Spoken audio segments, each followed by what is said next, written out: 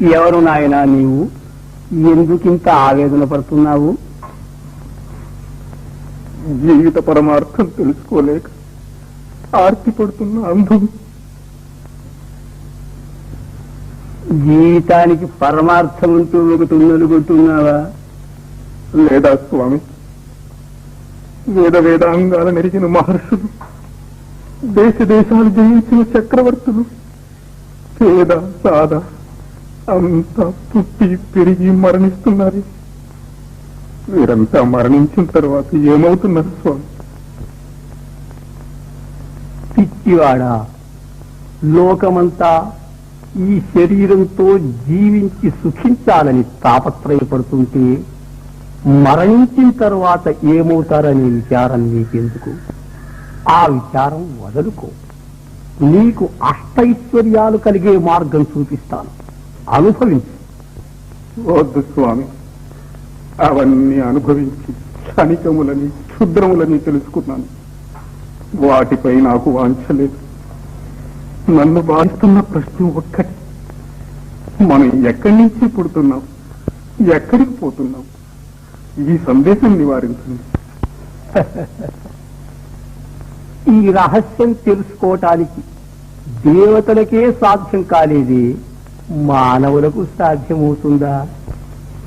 మీ వంటి మహానుభావులే సాధ్యం కాదంటే మాకు దిక్కెవ్వరు స్వామి. మేము ఈ దుఃఖభాజనమైన సంసారంలో కృషించి జనన మరణ ప్రవాహంలో కొట్టుకుపోవలసిందేనా? మానవుడికి తరుణోపాయం లేదా స్వామి? లేకే నాయనా, ఉంది. ఈ శరీరం విద్యలు రెండుతోనూ పుట్టింది. సంసార యాత్రకు మోక్షయాత్రకు ఇదే సాధనం.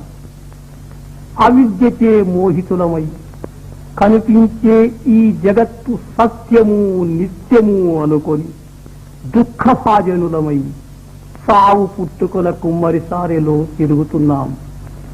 ఇదంతా అనిత్యమని, ఈ నాటకానికంతటికీ కారణమైన మహా చైతన్యం వేరే ఉందని, అది నిత్యము సత్యమని తెలుసుకొని ఆ ఆత్మానుభవం పొందాలి. అదే జీవిత పరమార్థం.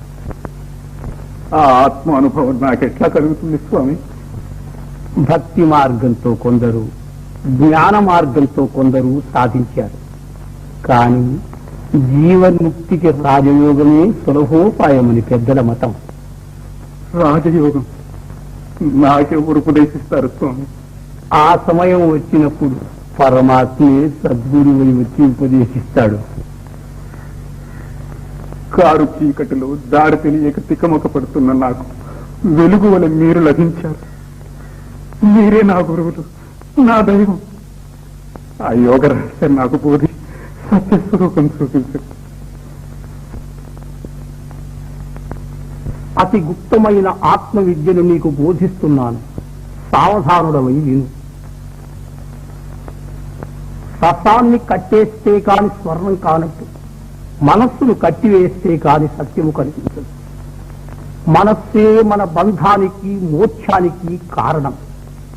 మనస్సు స్వాధీనము చేసుకుంటే మనకు స్వాధీనము కానిదే లేదు. ఆ సాధనే యోగమంటారు. సాంగయోగాన్ని క్రమంగా సాధించి చిత్తవృత్తుల నడచి సమాధి స్థిరుడమైనప్పుడు నీ మనస్సుకు అనంత శక్తి కలుగుతుంది. అప్పుడు నీవు చేయలేని కార్యమే ఉండదు. నిన్నింతవరకు తన చేత చిక్కించుకొని ఆడించే ప్రకృతి నీ స్వాధీనమవుతుంది.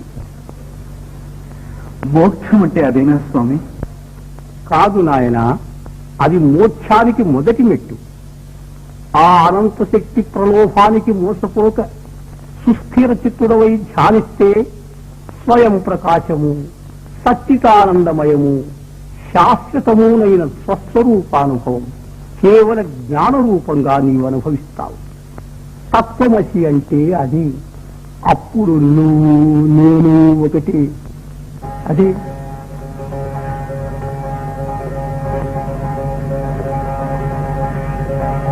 రాజయోగ సాధన చేసి అఖండ బ్రహ్మానందానుభవం పొందు.